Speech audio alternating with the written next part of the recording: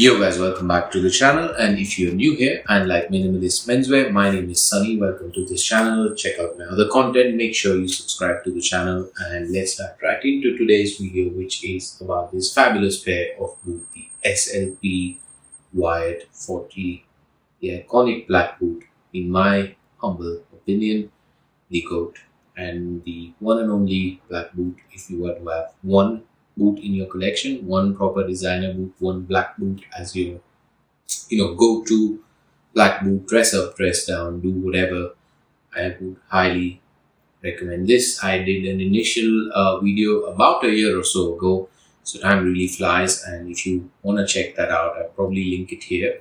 And that's my initial review. I got them off of Grail, and it was a fantastic Grail.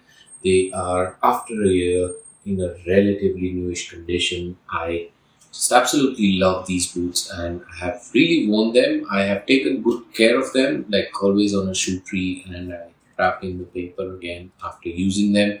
But they've been used like I have not. They've not been shy. They've seen the world. They traveled with me all the way back home to India. I wore them in an Indian wedding as well, styled perfectly, and of course. This boot is such an attention grab that whenever you do wear them, people instantly gravitate towards you, and it also opens a few conversations, especially interesting ones with people who like menswear. So what has this experience been like in terms of breaking in? I got my true size, my half true size, which is 43.5, which I would recommend for you to do on a boot like this 100%.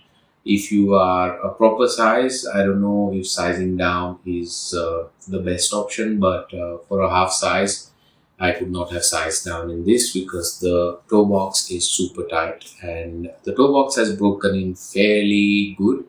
I do not get blisters unless I have a fair bit of walking. They can easily be a 1 or 2K. Stationary, if you like on a night out, they are pretty much close to a glove by now. And the comfort has been super nice compared to what I initially presumed they're going to be like, because it's such a tight streamlined silhouette, but super comfy. I don't see any issues with my posture or like anything awkward, anything off. The break-in has been super nice. The leather super supple. It does try to form to your leg, so I still have a long way to go, but you can see the wrinkling around the shaft, and it started to take the take the form of my foot better. It started to wrap around, so I do feel that the boot height will go a little bit more downward because of the pressure and use over the age, especially when you're sitting on a bar stool, say for example, and you're bent your foot and you're leaning forward.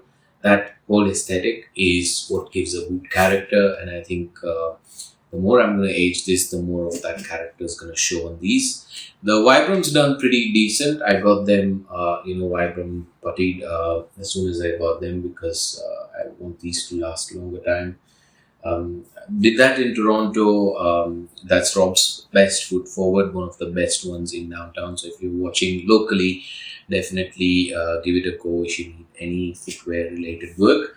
The grip's been alright, and I would highly recommend getting that done because leather sole's going to wear out super quick, especially with the amount of use that I've got with them.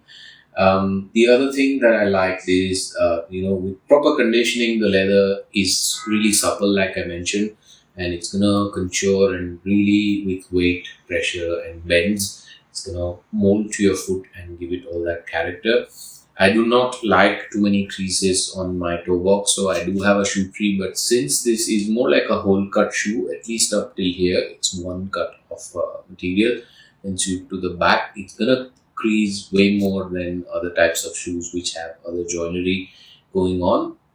But I think a black boot, especially lived in black boot, gives the boot so much character, so that is something that I would want to get to.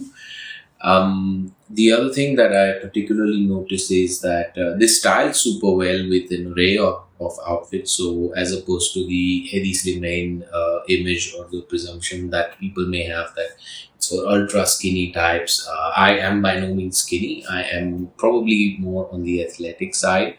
And one of my viewers had also suggested me to probably style this with more flared or like more different cuts of trousers. I honestly feel in my personal liking, they style best with a slim straight rather than a skinny. I'm not too fond of skinny jeans, but I like a slim straight. Levi's 511 does fantastic with this.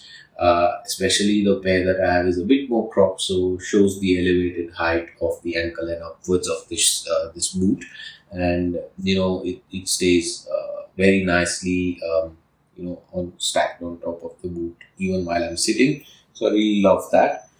Besides that, I can also style this with a more generous trouser, and they look perfectly fine. I think it's a part of an aesthetic, and you can definitely style these with more flared outfits, and depends on the kind of cut, kind of silhouette that you're trying to create. Nothing has to be set in stone. And finally, what was the last? The zipper. Yeah, the zipper has been fantastic. The zipper is, I love the concealed zipper because it gives the boot a more monochrome, minimalist kind of look. There's already plenty going on, especially with the harness. You don't need the zip to be shining through that. I really love the leather part and the finishing. The zip has been butter smooth. I have no complaints with that.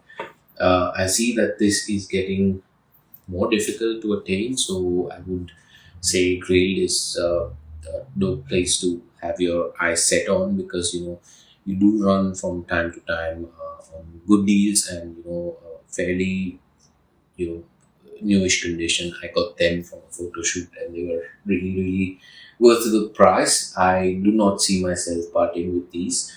Um, and finally, the harness has stayed